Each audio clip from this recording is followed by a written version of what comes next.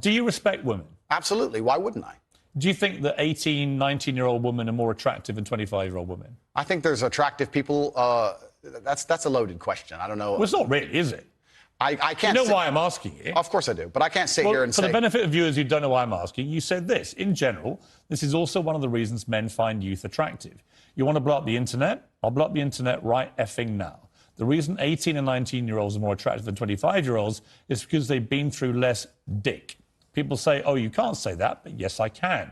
A 19-year-old is more attractive than a 26-year-old woman, and I'll tell you why. Because that 26-year-old has talked to more guys, been to the club more times, been effed and dumped more times, more arguments, more mess, more for me to clean up. That is misogyny. Why?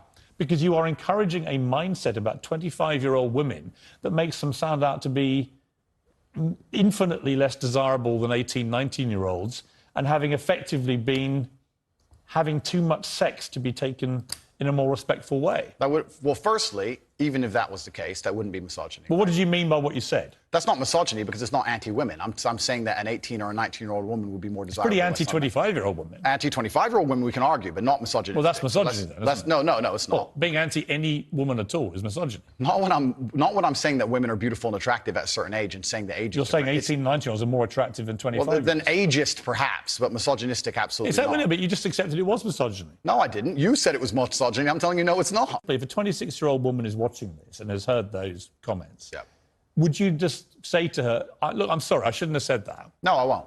I will say that I am sorry that offends you.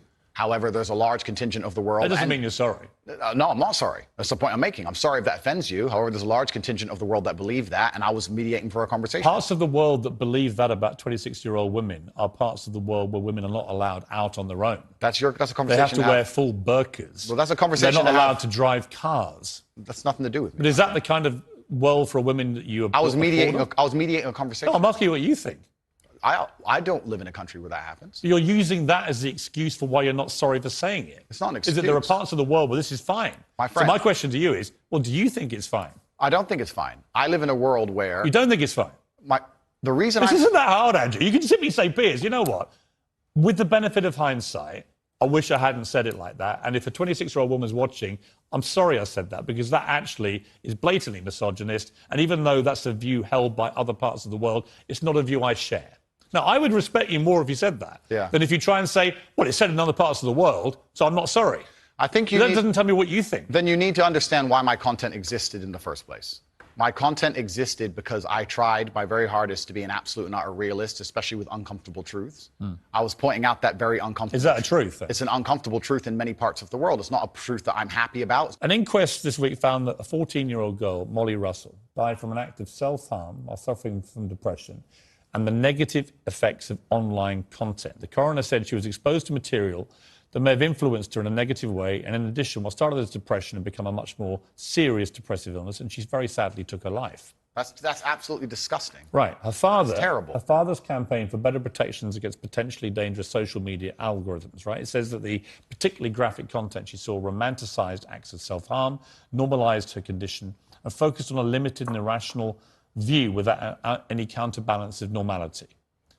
First of all, what is your response to that? Nothing to do with you. That's the first thing. Yeah, it is nothing to do with me. The fact that a 14-year-old girl took her life is truly sad. The world we live in today is... The fact that something like that happened is almost mind-blowing to me. That's truly sad. I actually feel sad inside to see something like that. What has come clear to me in the interview is that a lot of things you say you wouldn't say now that you've said before. But I'd say them differently, perhaps. Yeah, right. So to me, that's an acceptance, not just that you want to get back on platforms, because maybe that was one of the reasons you were no platform, but that you've recognised and understood the potential harm to the wrong kind of impressionable mind by some of the things you've said. Would that be fair? I think that's 80% fair. I recognise and understand that with massive fame, you have to be more careful about being misconstrued. Like I said earlier, 1% of people misunderstanding you doesn't matter with a small audience. It matters with a very large audience. With power comes responsibility. I still believe the things I say. I do not want to be a negative force for the world. I also understand that I am a man who's lived a very difficult, nuanced life, and I am capable of making nuanced points that may be misunderstood by teenagers. However, that can be said about anybody and everything. Every opinion online can be misunderstood by children.